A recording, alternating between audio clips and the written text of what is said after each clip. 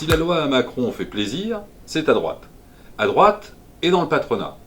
De plus en plus de députés UMP et UDI se disent disposés à la voter parce qu'ils y voient une grande déréglementation du travail. En quelque sorte, c'est une bombe à fragmentation qui ferait exploser le code du travail, les droits des salariés, bombe à fragmentation ou bombe à sous-munition, parce que au fil de très nombreux articles, on parle de 89 articles désormais retenus, eh bien ça fait sauter le droit au repos du dimanche pour les salariés, ça menace leur possibilité de résister au licenciement, ça met en cause un certain nombre de dispositions qui sont importantes, comme le droit au transport ferroviaire, qui serait attaqué par une cascade, un flot de cars qui serait lancé sur les autoroutes en France, et qui mettrait en place une sorte de transport low cost destiné aux plus modestes dans la société.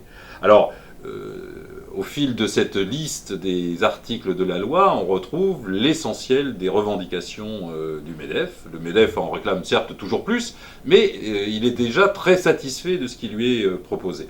Ces propositions qui sont avancées ici ont des conséquences très lourdes pour le monde du travail.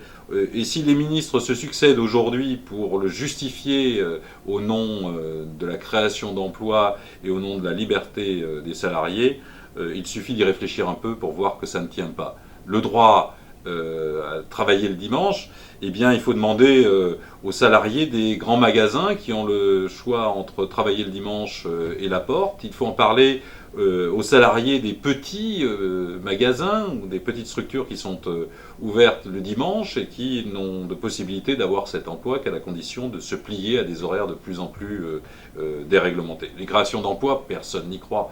Le problème en France n'est pas celui d'une ouverture du dimanche qui dynamiserait la consommation, c'est que la consommation est trop basse. Si c'est ouvert le dimanche, il y aura un transfert de l'achat sur toute une semaine au lieu de se faire sur 6 jours, mais il n'y aura rien d'acheté en plus. Ça risque même de coûter plus cher. Des grands groupes de distribution, je pense à Carrefour, à Système U, le disent eux-mêmes, ça ne créera aucune demande supplémentaire, aucun chiffre d'affaires supplémentaire. Mais en revanche, ça aura directement des conséquences pour les salariés en diminuant leur droit à résister aux exigences patronales.